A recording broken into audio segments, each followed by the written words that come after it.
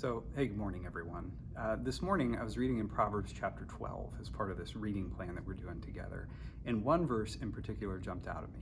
So, verse 25 says this. It says, "Anxiety weighs down the heart, but a kind word cheers it up." Anxious times can get us down, but we don't have to stay down. A kind word from a friend or a timely word from God as we read His Word in the Bible and as we pray, that can help pull us back up. And as I was reading that, it made me think about Paul's words in the Philippians, where he talks about how we shouldn't be anxious about anything, but instead, as we bring our requests to God, God's peace will guard our hearts and our minds. Now, that is a verse that I actually often use a lot when I'm praying with people, like when I pray with people on Sunday mornings, for example, or when I see them during the week. When somebody asks me to pray with them, I'll often pray that God will guard their hearts. He will guard the emotions, that He's going to be present with them in the things that they feel. And that God will guard their minds, right? Protecting them from the damaging and those not very helpful thoughts that often run loose in our head.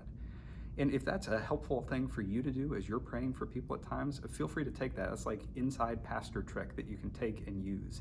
A pastor that I used to work with a long time ago, I saw him do that, and it's been a really helpful and a meaningful practice for me.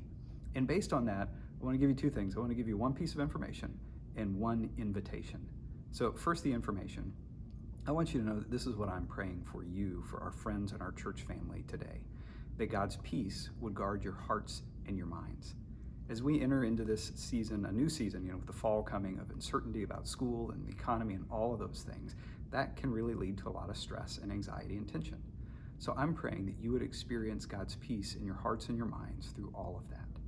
So that's the information, and now the invitation. I just want to invite you to keep your eyes open for the ways today that you can speak words to others that will cheer them up. Remember what verse 25 said, anxiety weighs down the heart, but a kind word cheers it up. Maybe God has some people around you who need to hear a kind word from you today.